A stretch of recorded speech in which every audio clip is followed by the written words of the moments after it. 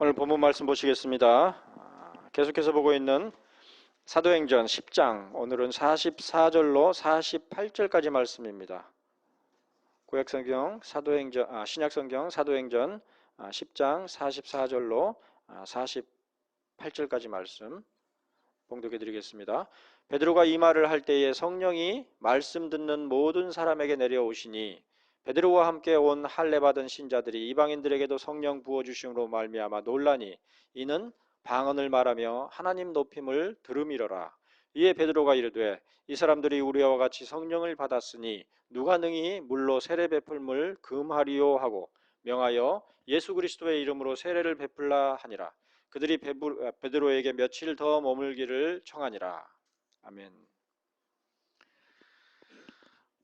봉독해드린 사도행전 10장 44절로 48절까지 말씀 가운데서 이방인들에게 성령을 부어주심이라는 제목으로 메시지를 나누도록 하겠습니다. 지난 주일에 우리들은 고넬료라는 로마 제국의 백부장에 관하여 간략히 살펴본 후에, 그러니까 오늘날로 치면은 한 중대장 정도 되는 그러한 계급이죠.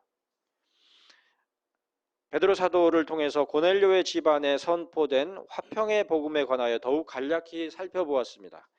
이제 복음은 본격적으로 이방 민족들에게 전파되기에 이르게 되는데, 특별히 사도행전 10장 34절로 35절에 기록한 바 참으로 하나님은 사람의 외모를 보지 아니하시고 각 나라 중 하나님을 경외하며 의를 행하는 사람은 다 받으시는 줄 깨달았도다 라고 한 베드로 사도의 말한 바 가운데서 화평의 복음이 의미하는 바를 짐작할 수가 있었습니다.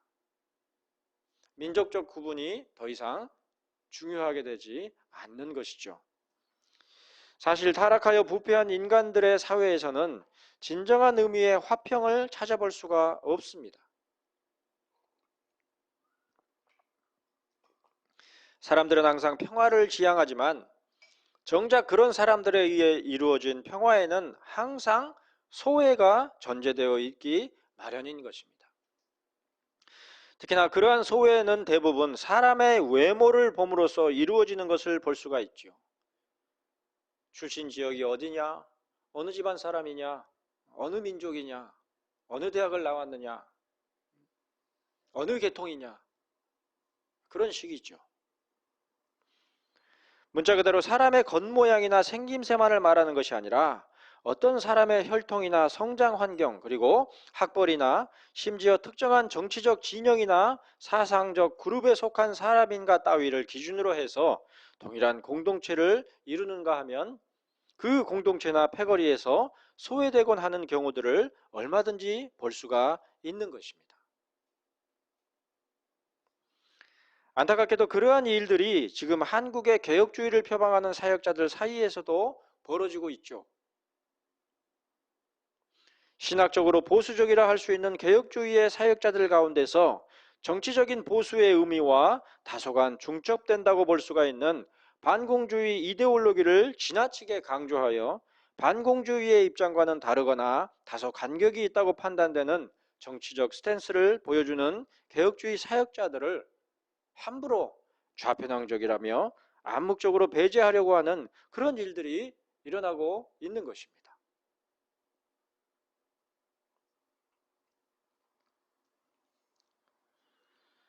그런가 하면 개혁주의 사역자들 가운데서 정치적으로 진보적이거나 중도적인, 즉 합리성을 중시하는 그룹에서는 인권의 문제나 사회복음과 같은 주제들을 내세워서 사회를 변혁해 보려는 견해를 주장하는 분들에 의해서 우리 사회에서 정치적인 보수로 지칭되는 반공적, 우편향적 그룹의 사역자들을 경계하며 꺼리는 일들도 찾아볼 수가 있습니다. 서로 진영을 이루어서 각자 상대 그룹을 배척하는 그런 일들이 벌어지고 있는 것이죠. 사실 제가 지금 이러한 언급을 하는 이유는 사도행전 10장에 등장하는 고넬료라는 로마 제국의 백부장과 베드로라는 유대인 출신의 그리스도인 사이의 만남과 대화 가운데서 드러나는 화평의 성격을 구체적이고도 실제적으로 직시하도록 하려는 의도를 지니는 것입니다. 공교롭게도 고넬료는 백부장, 즉 지금으로 치면 중대장과 같은 그러한 계급에 있는 사람이었고, 또 베드로는 유대인 출신으로서 그러한 로마 제국의 백부장과 가까이 하기를 꺼려야 마땅한 그런 사람 사이에서 일어나고 있는 그러한 일련의 일들이, 기록된 말씀들이 의미하는 바가 무엇이겠는가, 그 점을 실감 있게 우리가 직시해 볼 수 있도록 하는 차원에서 그런 언급들을 초두에 하는 것이죠. 정치적으로나 민족적으로 그야말로 첨예한 위치와 진영에 속한 두 인물들 가운데서 선포되는 메시지 가운데 담긴 화평의 의미와 가치는 오늘날 우리 사회의 기독교, 그 가운데서도 장로교회와 개혁주의 신학의 그룹 안에서 벌어지고 있는 첨예한 대립과 소외의 양상과는 비교할 수 없는 놀라움과 가치를 담고 있는 것임을 실감나게 이해해 보고자 함인 것이죠. 사도행전 10장 28절에서 베드로 사도는 이르기를 유대인으로서 이방인과 교제하며 가까이 하는 것이 위법이라 그랬으니, 공산주의자나 사회주의자 혹은 좌파 세력이나 진보 세력과 비교할 수 없을 만큼 이스라엘의 율법에 따라 가까이 할 수 없는 관계 가운데 있었던 인물이 바로 백부장인 고넬료였던 것입니다. 그런즉 베드로의 입장에서는 앞서 사도행전 10장 10절로 15절에 기록한 환상 가운데서 본 각종 부정한 짐승들이나 고넬료나 가까이 하기에 꺼려지기는 마찬가지인 것이죠. 그러나 사도행전 10장 22절에 기록되어 있는 고넬료에 대한 소개, 곧 백부장 고넬료는 의인이요 하나님을 경외하는 사람이라 유대 온 족속이 칭찬하더니 그가 거룩한 천사의 지시를 받아 당신을 그 집으로 청하여 말을 들으려 하느니라 라는 말씀은 베드로 사도가 본 바 부정한 짐승들로 가득한 보자기의 환상과 더불어서 결코 사람의 외모, 곧 로마 제국의 백부장이라고 하는 이방인에 대한 선입견의 판단을 일절 배제하고서 고넬료의 초청을 받아들이도록 하는 직접적인 동인이었습니다. 고넬료가 집안 하인 둘과 부하 가운데 경건한 사람 하나를 불러서 욥바로 보냈던 것은 단순한 고넬료의 초청이었던 것이 아니라 하나님의 사자인 천사가 명한 바에 따른 것이라는 말을 들었을 때에 베드로는 하나님께서 깨끗하게 하신 것을 내가 속되다 하지 말라고 하신 그 말씀을 곧장 떠올릴 수가 있었던 것이죠. 그러므로 베드로가 고넬료의 초청에 응하여 그의 집을 방문했을 때에 베드로는 고넬료에게 이르기를 유대인으로서 이방인과 교제하며 가까이 하는 것이 위법인 줄은 너희도 알거니와 하나님께서 내게 지시하사 아무도 속되다 하거나 깨끗하지 않다 하지 말라 하시기로 부름을 사양하지 아니하고 왔노라. 이렇게 그 사정을 얘기해 주었던 것이죠. 마찬가지로 고넬료 또한 베드로에게 이르기를 내가 나흘 전 이맘때까지 내 집에서 제9시 기도를 하는데 갑자기 한 사람이 빛난 옷을 입고 내 앞에 서서 말하되 고넬료야, 하나님이 내 기도를 들으시고 내 구제를 기억하셨으니 사람을 욥바에 보내어 베드로라 하는 시몬을 청하라. 그가 바닷가 무두장이 시몬의 집에 유숙하느니라 하시기로 내가 곧 당신에게 사람을 보내었는데 오셨으니 잘하였나이다. 이렇게 말한 것을 사도행전 10장 30절로 33절에 기록하고 있습니다. 자, 이로보건대 고넬료와 베드로 사도의 만남은 결코 그들 자신의 계획이나 의지에 따른 것이 아니었음을 알 수가 있죠. 이어지는 36절로 38절에 기록한 바 만유의 주 되신 예수 그리스도로 말미암아 화평의 복음을 전하사 이스라엘 자손들에게 보내신 말씀 곧 요한이 그 세례를 반포한 후에 갈릴리에서 시작하여 온 유대에 두루 전파된 그것을 너희도 알거니와 하나님이 나사렛 예수에게 성령과 능력을 기름 붓듯 하셨음에 그가 두루 다니시며 선한 일을 행하시고 마귀에게 눌린 모든 사람을 고치셨으니 이는 하나님이 함께 하셨음이라. 그렇게 기록한 화평의 복음을 선포한 것은 베드로 사도의 계획이나 의지에 따른 것이 아니었으며 더욱 고넬료의 필요와 요구에 따른 것도 아니었던 것입니다. 오히려 그러한 화평의 복음은 모든 백성에게 하신 것이요 오직 미리 택하신 증인 곧 죽은 자 가운데서 부활하신 후 그를 모시고 음식을 먹은 우리에게 하신 것이라고 한 41절의 말씀에서 알 수가 있듯이 하나님의 미리 택하심 가운데 곧 하나님의 작정하신 바를 따라서 이루어진 전적인 하나님의 주권과 역사에 의해 수행되는 은혜의 역사였던 것이죠.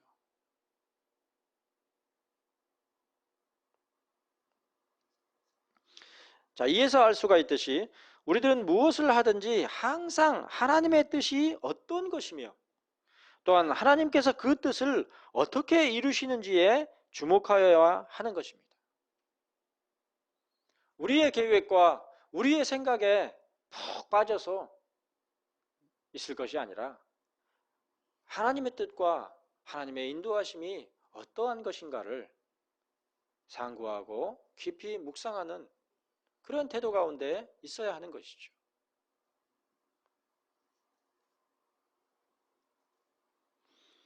우리들 자신의 뜻과 계획 그리고 우리들 자신의 의지에 따라 수행하는 모든 일들이 사실은 하나님과 무관한 죄악의 다름이 아닌 것이며 우리들이 항상 뜻하고 의지하는 것이라고는 죄악된 것들 뿐이라는 사실을 이러한 말씀들 가운데서도 파악해 볼 수가 있는 것입니다.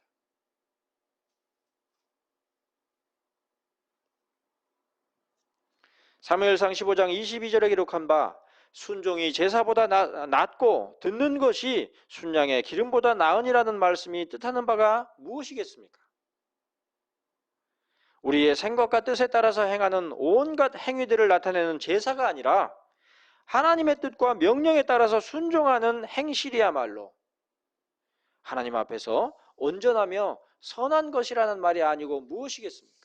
진정한 제사는 하나님께서 명하시는 바를 따라서 순종하는 거기에 있는 것이지 우리 나름대로 형식을 꾸미고 제도를 만들어서 그럴싸하게 치장하는 그런 것이 전혀 아니라는 말이죠. 우리들은 흔히 하나님의 섭리에 속하는 것들에 관하여 즉 하나님의 섭리 속에 가려져 있는 일들에 관하여 뜻을 구하며 찾을지언정 정작 우리 눈앞에 늘 나타나 있는 하나님의 말씀인 성경의 명하심과 교훈하는 바에 대하여서는 전혀 구하거나 찾지 않는 것이 현실입니다. 아직 이루어지지 않은 미래사에 대해서는 끊임없이 관심을 보이고 호기심을 갖지만 정작 우리 손에 들려진 말씀에 대하여서는 추구함도 없고 궁금함도 없는 그런 신앙을 갖는 경우들이 흔한 것이죠. 자신의 욕망과 바람을 투영하여 하나님의 도우심을 구할지언정 우리 자신의 모든 욕망과 탐욕을 내려놓은 채로 하나님의 뜻과 명하시는 바에 순종하려는 기도는 거의 행할 줄을 모르는 것입니다. 기독교 신앙을 가져도 여전히 자기가 중심에 있는 그런 모습이죠. 신명기 29장 29절에서 선지자로서의 모세는 이르기를 감추어진 일은 우리 하나님 여호와께 속하였거니와 나타난 일은 영원히 우리와 우리 자손에게 속하였나니 이는 우리에게 이 율법의 모든 말씀을 행하게 하심이니라. 이렇게 기록하셨으니 요한복음 21장 21절에서 부활하신 주님께 베드로가 한 질문이었던 이 사람 즉 요한은 어떻게 되겠사옵나이까? 라는 물음과 같이 우리 앞에 감추어져 있으며 오직 하나님의 주권 가운데서 이루어지는 섭리에 전적으로 속해 있는 일들을 알고자 창념할 것이 아니라 하나님께서 주관하시는 일들을 알려고 애쓸 것이 아니라 나타난 일들에 관한 것, 곧 우리 손에 들려진 하나님의 말씀인 성경에 기록되어 있는 율법이 나타내는 바 하나님의 뜻과 명령들을 따라 행하며 순종하기를 힘쓰는 것이야말로 참된 신앙의 자세요 면면인 것이죠. 그런즉 사무엘상 15장에서 사울이 책망을 받았던 것은 그 자신이 스스로 판단하여 구별한 제물을 올려드린 제사가 아니라 하나님의 명하신 바를 듣고 그를 따라 행하는 제사에 관한 요구였던 것입니다. 우리들 스스로 임의로 만든 제사가 아니라 하나님께서 명하신 대로 순종할 줄 아는 그러한 제사죠. 하나님께서 제사드림 자체가 무익했던, 하나님께 제사드리는 것 자체가 무익했던 것이 아니라 하나님께서 명하시고 제정하신 말씀을 따라 행하지 않는 자의적 숭배의 행위가 무익했던 것입니다. 바로 그러한 이유로 선지자 사무엘은 사울에게 이르기를 순종이 제사보다 낫고 듣는 것이 순양의 기름보다 나으니라 이렇게 말한 것이며, 또한 거역하는 것은 점치는 죄와 같고 완고한 것은 사신 곧 죽은 신에게 우상에게 절하는 죄와 같음이라 이렇게 덧붙여 말한 것입니다.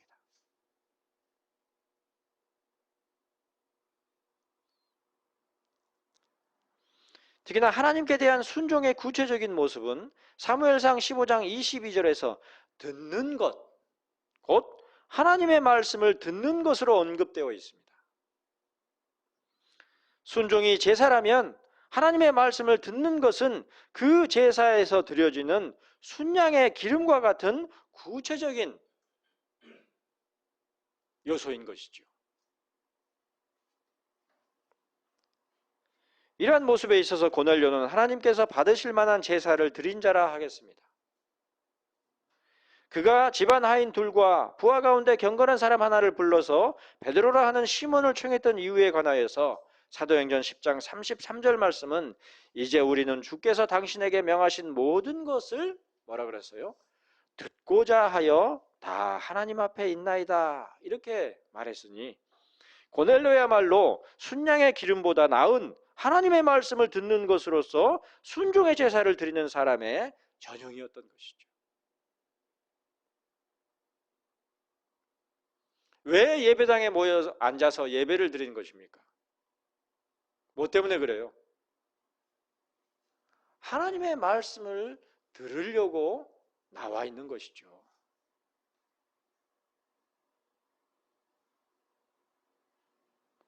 목사의 지혜나 목사의 삶이나 목사의 생각이 아니라 그 목사가 풀어서 전해주는 하나님의 말씀의 뜻이 무엇인지를 들으려고 예배 자리에 나와 앉아 있는 것이란 말이에요.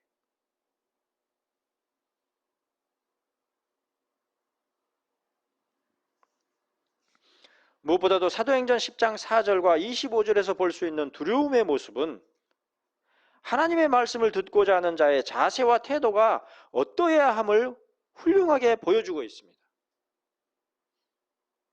오늘날 우리들의 예배 가운데, 우리 시대의 예배 가운데 두려움이 있습니까? 전혀 없죠. 사도행전 10장 4절에서 보여주는 바 하나님의 사자 앞에서 두려움으로 곧장 부름에 응답하는 모습과 25절에서 베드로의 발 앞에 엎드려 절하는 모습이 고스란히 하나님의 말씀 앞에서 보여주는 순종과 들음의 자세를 생생하게 보여주고 있는 것입니다. 그렇게 엎드리고 순종함으로 듣지는 못할지언정 차분하게 앉아서 잘 들어야 할 것인데 어디 그러냐 말이에요. 몸은 예배당에 앉아 있어도 생각은 저 펜션에 가 있고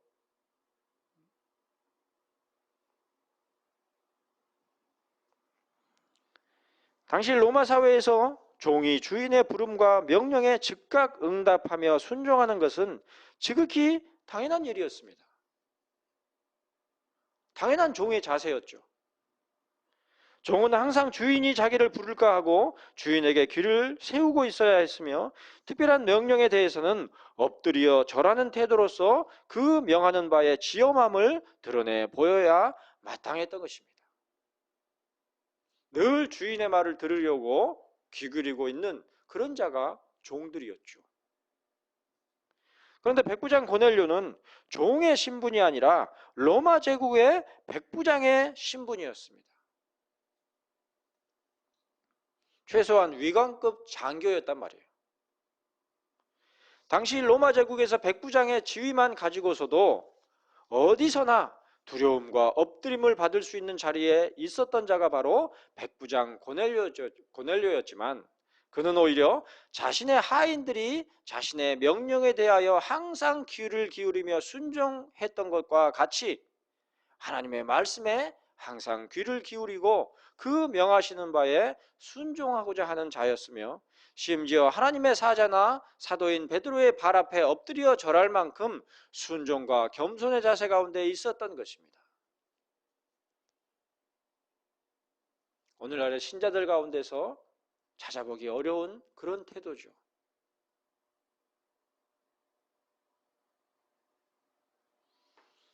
수천 명, 수만 명 그런 회중들 가운데서 사역하는 유명한 목사라면 모를까? 이렇게 적은 인원 가운데서 메시지를 나누고 가르치는 그런 목사를 귀하게 여기지 않는,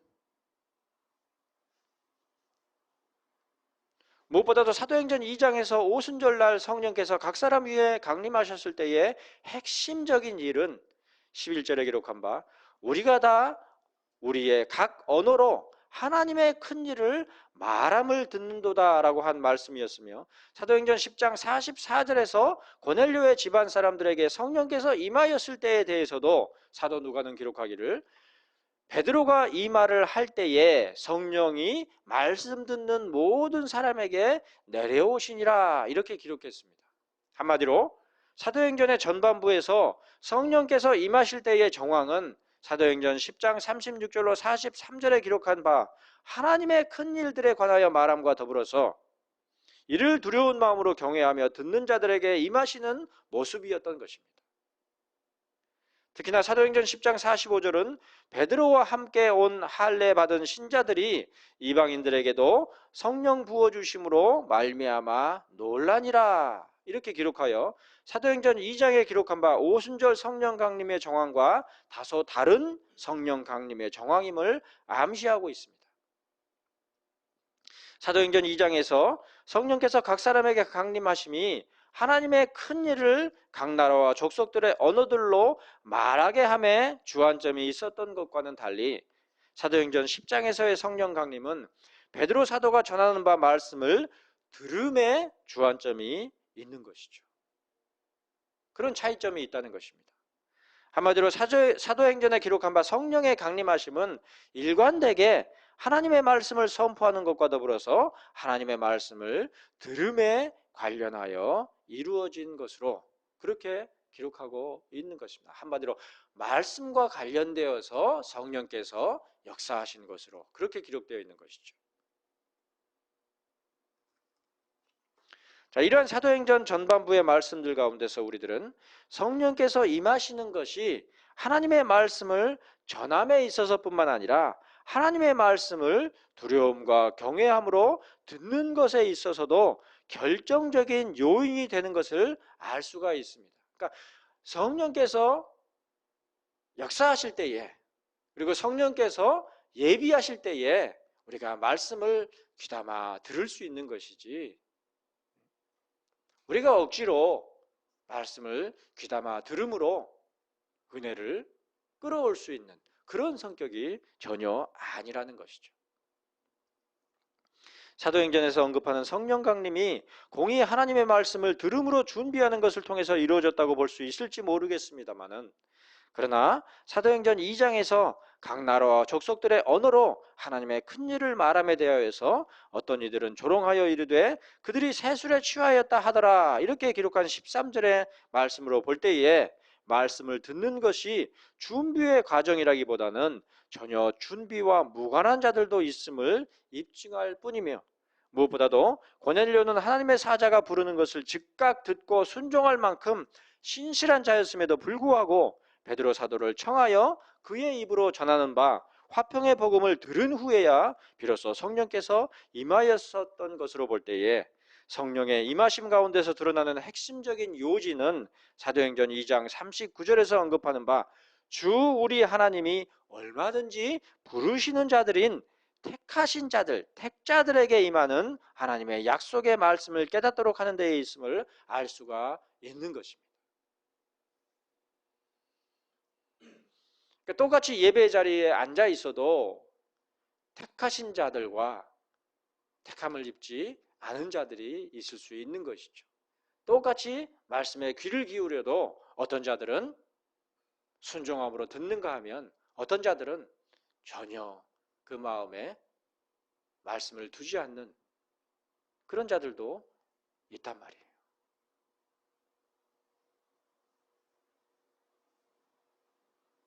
오늘날의 교회의 문제는 그러한 구별이 거의 무의미하게 된 데 있죠. 참된 그리스도인이건 그냥 모양만 그리스도인 흉내를 내는 자이건 다 와라.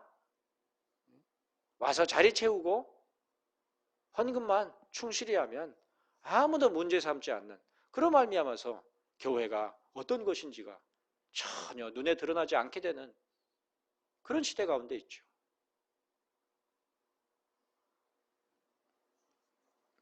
더구나 사도행전 2장에 기록한 바 오순절 설교와 사도행전 10장의 고넬료의 집에서의 설교는 공히 하나님의 말씀과 그 성취를 중심에 두고 있음을 볼 수가 있습니다.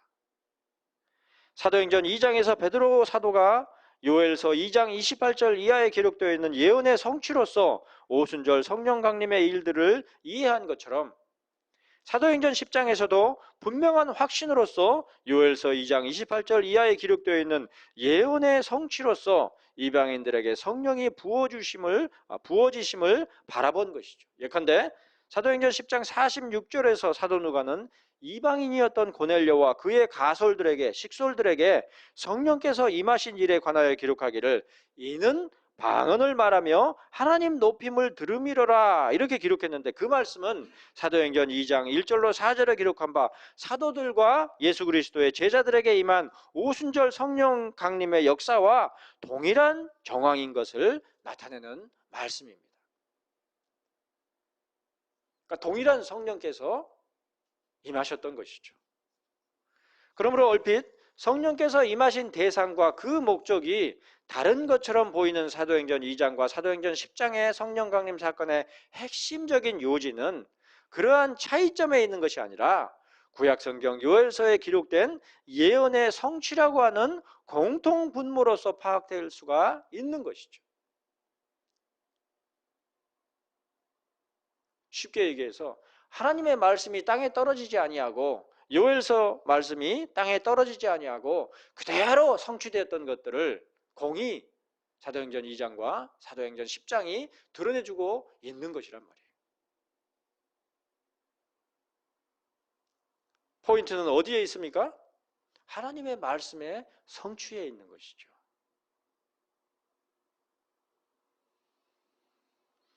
이러보건대 하나님께서야말로 얼마나 신실하시며 얼마나 사랑이 많으신지 알 수가 있을 것입니다. 우리는 뭘 약속해도 한 달, 1년만 지나면 잊어버리잖아요. 아, 내가 그런 약속을 했었나? 까맣게 잊어버린단 말이에요.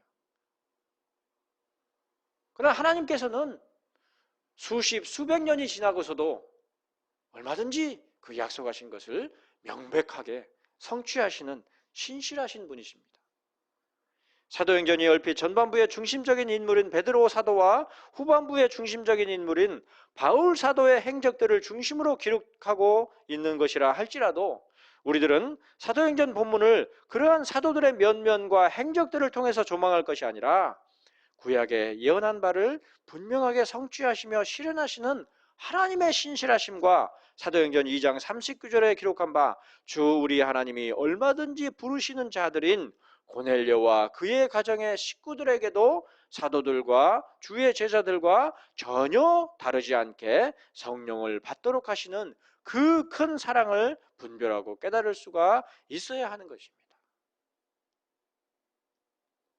간단히 얘기해서 하나님의 안목 가운데서 성경을 볼 수 있어야 하는 것이죠. 그런데 오늘날의 성경을 어떻게 봅니까? 자꾸 문화적으로, 역사적으로, 시대적으로 바울이 어떠했고 베드로가 어떠했고 요한이 어떠했고 요한이 뭐 때문에 그렇게 기록했었는가 이런 방식으로 이해한단 말이에요. 아니죠. 요한의 입을 빌어서 베드로의 입을 빌어서 바울의 입을 빌어서 기록한 것일지라도 그것은 바울이 하고 싶은 말을 한 것이 아니라 하나님께서 말씀하신 바를 기록한 것이란 말이에요.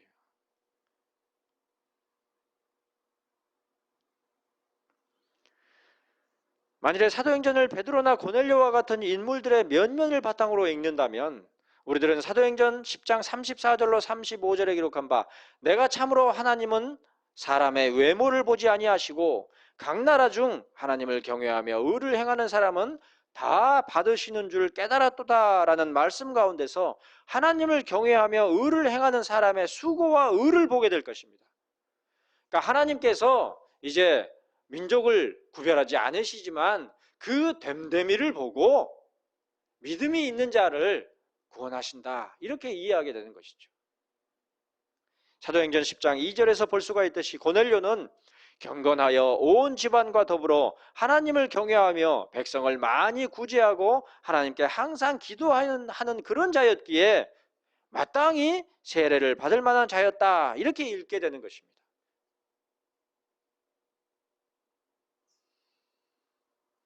그런 것이 뭡니까? 공로주의죠. 그 행실을 보고 그 사람을 구원한다고 생각하는 것입니다. 심지어는 내 믿음을 보시고 내가 행실은 보잘것없지만 그래도 미약한 믿음이 있는 것을 보시고 그 믿음을 가상히 여기시고 하나님께서 구원하신다 그렇게 생각한단 말이에요. 하지만 사도행전 10장 34절로 35절 말씀에 따르자면 경건하여 온 집안과 더불어 하나님을 경외하며 백성을 많이 구제하고 하나님께 항상 기도하는 고넬료의 모습은 그의 외모를 지칭하는 말씀이 아닙니다. 얼핏 이방인으로서의 그의 위치가 아니라 경건하여 온 집안과 더불어 하나님을 경외하며 백성을 많이 구제하고 하나님께 항상 기도하는 고넬료의 행실이 자격 요건이 되어서 하나님께서 받으시는 사람이었던 것이라고 생각하기가 쉽겠습니다마는 45절로 46절에서 언급하는 바 베드로와 함께 온 할례 받은 신자들이 이방인들에게도 성령 부어주심으로 말미암아 논란이 이는 방언을 말하며 하나님 높임을 들음이로라는 말씀에서 알 수가 있듯이 성령께서 할례 받은 자들에게나 할례 받지 않은 자들에게나 동일하게 강림하시며 그처럼 사람의 어떤 조건이나 행실들을 전혀 고려함이 없이 할례자들에게나 무할례자들에게나 동일한 은사들을 동반케 하시는 것입니다.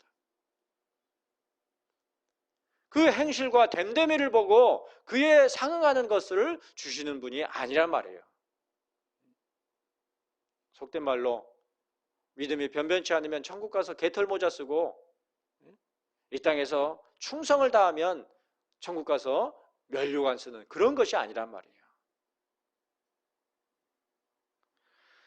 그러므로 사도행전 10장 35절에서 언급한 바 하나님을 경외하며 의를 행하는 이라는 말씀은 조건절에 해당하는 말씀이 아니라 오히려 외모를 보지 아니하시는 하나님의 공평하심과 사랑하심의 양상에 해당하는 말씀인 것이죠. 그것이 공로가 되고 자격이 되는 것이 아니라 그것 가운데서 그가 하나님의 백성인 것이 분명하게 구별되는 그런 성격이죠. 믿음이 있고 신실하다고 하는데 욕지거리나 해대고 하나님의 말씀을 전하는 자라고 하는데 쌍욕을 포부어대고 몰상식한 그런 말을 하는 자의 그 입술을 어떻게 하나님의 대언자라고 얘기할 수 있겠어요? 그런 것이죠. 그리스도에 대한 신실한 믿음이 있다고 하면서 남들과 다르지 않거나 남들보다도 더해서 더 사기 잘 치고 거짓말 잘하고 그런 사람이라고 한다면 누가 그런 자를 그리스도인이라고 말할 수 있겠어요? 그런 것이죠. 그게 공로가 행실이 공로인 것은 아니지만 그 행실을 보면 그가 그리스도인인지 아닌지 구별되는 것이죠. 거기까지지. 그것에 근거해서 하나님께서 구원을 주시거나 그런 것이 아니란 말이에요. 한마디로 고넬료가 경건하여 온 집안과 더불어 하나님을 경외하며 백성을 많이 구제하고 하나님께 항상 기도하는 자였던 것은 그가 구원을 받는 조건이 되었던 것이 아니라 요엘서 2장 28절 이하의 예언이 성취됨과 마찬가지로 사람의 외모에 해당하는 그 어떤 조건들도 고려하지 않으시고 택하시는 하나님의 신실하심과 사랑이 어떠한지를 드러내는 전형적인 양상으로 보아야 하는 것이죠. 하나님의 택하심은 유대인들에게만이 아니라 이방인들 가운데도 있다는 사실이 그 고넬료의 신실함 가운데서 분별되는 그런 성격이라는 것입니다. 이해되시죠? 안타깝게도 오늘날 우리 시대의 신앙은 이러한 선후관계를 전혀 이해함이 없이 성경 본문조차도 하나님의 관점에서가 아니라 인간들의 관점에서 자기가 읽고 싶은 대로 이해하여 해석하곤 합니다. 그러므로 경건하여 온 집안과 더불어 하나님을 경외하며 백성을 많이 구제하고 하나님께 항상 기도하는 고넬료의 모습은 하나님께서 받으실 만한 요건이라고 생각하는 것입니다. 공로주의죠. 하지만 에베소서 2장 8절에서 사도는 이르기를 너희는 그 은혜에 의하여 믿음으로 말미암아 구원을 받았다 그랬는데 이때에도 믿음은 조건이 아니라 수단일 뿐입니다.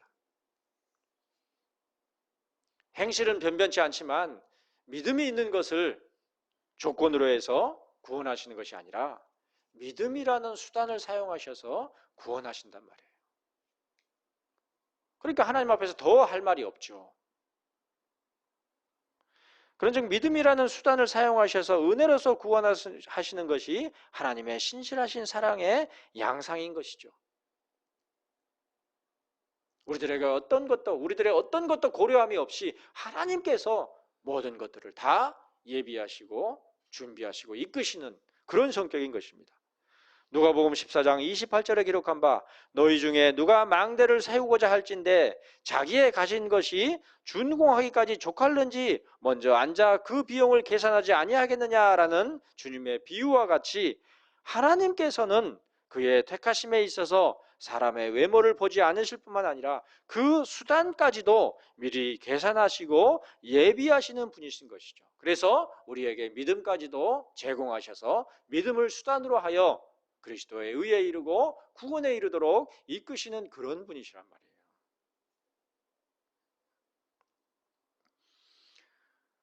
우리 가운데서 믿기 시작할 때 내가 구원에 이르기까지 과연 믿을 수 있을까? 이렇게 계산해서 믿기 시작하는 사람이 누가 있어요? 전혀 없죠. 오히려 하나님이 그런 분이신 거예요. 그게 불가항력적 은혜의 의미란 말이에요. 하나님의 택하심이기 때문에 불가항력적인 것이지 우리에게 근거해서 뭘 기초하려고 한다면 전혀 신뢰할 수 없죠. 오늘 좋다가 내일 악해지는 것이 우리 본성인데. 그런데 놀랍게도 누가복음 14장 28절의 예수님의 비유는 26절로 27절에 기록한 바 무릇 내게 오는 자가 자기 부모와 처자와 형제와 자매와 더욱이 자기 목숨까지 미워하지 아니하면 능히 내 제자가 되지 못하고 누구든지 자기 십자가를 지고 나를 따르지 않는 자도 능히 내 제자가 되지 못하리라는 말씀과 33절에 기록한 바 이와 같이 너희 중에 누구든지 자기의 모든 소유를 버리지 아니하면 능히 내 제자가 되지 못하리라는 말씀 사이에 기록되어 있는 말씀입니다. 즉 예수 그리스도의 제자가 된다는 것은 자기의 뜻과 생각으로 쫓는 것이 아니라 자기의 계산으로 쫓는 것이 아니라 예수 그리스도의 택하심과 부르심으로 쫓는 것이며 예수께서는 그처럼 제자들을 부르실 때에 제자들이 따르는데 소용이 되는 모든 수단들까지도 계산하시고 택하신 것이니 예수 그리스도의 제자로서 그 길을 쫓는 것에는 오직 예수 그리스도께 대한 전적인 신뢰와 의뢰함 외에 다른 것들은 전혀 필요하지 않은 것이죠. 그래서 예수님께서 그 제자들을 부르실 때 어때요? 야, 짐 챙겨라. 뭐 준비하고 뭐 챙기고 뭐 챙겨서 따라와라. 이렇게 말씀하셨어요? 곧장 이르시기를 나를 따르라. 그렇게 명하셨죠. 베드로에게 뭐라 그러셨습니까?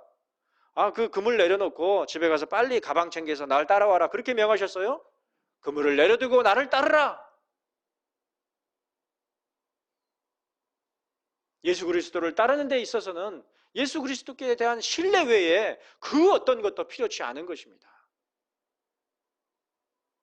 하나님을 믿는 신자들의 삶에 있어서는 하나님께 대한 전적인 신뢰 외에 그 어떤 것도 소용이 없는 것이에요. 자기의 모든 소유를 버리지 아니하면 능히 내 제자가 되지 못하리라는 말씀은 예수 그리스도의 제자로 살아가는 데에 유일하게 필요한 것은 예수 그리스도께 대한 전적인 믿음이요 신뢰라는 것을 극적으로 깨닫게 하는 말씀인 것입니다. 그런데 그조차도 우리가 스스로 취한 것이 아니라 하나님께서 예비하신 것이란 말이에요.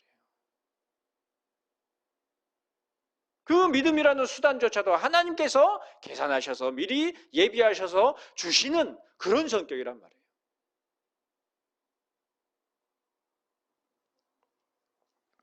바로 이 점에 있어서 무할례자인 백부장 고넬료나 할례자인 사도 베드로나 공이 동일한 것입니다. 공평하신 하나님이시죠. 고넬료이든 베드로이든 주 예수 그리스도의 제자로서 살아감에 있어서 유일하게 필요한 것은 그들 자신이 지닌 그 어떤 신분이나 지위 혹은 소유들이 아니라 다만 주 예수 그리스도께 대한 믿음만이 있을 뿐이며 그러한 믿음조차도 우리가 가진 소유가 아니라 우리에게서 끌어내지는 것이 아니라 우리를 택하신 하나님께서 미리 앞서서 계산하여 예비하신 것이니 어찌 부모와 처자와 형제와 자매와 더욱이 자기의 목숨까지도 의지하지 않고 전적으로 신실하시고 사랑이 많으신 하나님께 대한 믿음과 신뢰만을 붙잡지 않을 수가 있겠습니까?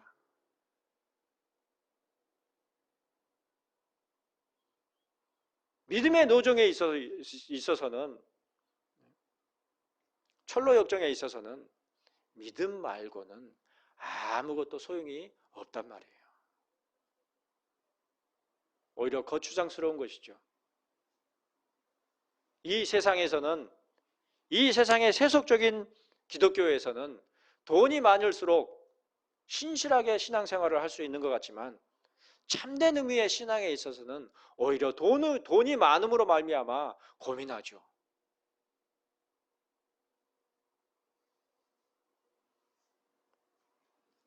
부모와 처자와 형제와 자매와 더욱이 자기 목숨 같은 것들은 주 예수 그리스도를 쫓아 하나님께로 향하여 나아가는 데에 있어서 본질적으로 아무런 소용이 없는 것이며 다만 믿음만이 유일하게 쓸모가 있는 것입니다. 그것이 바로 오직 믿음, 솔라 피데죠.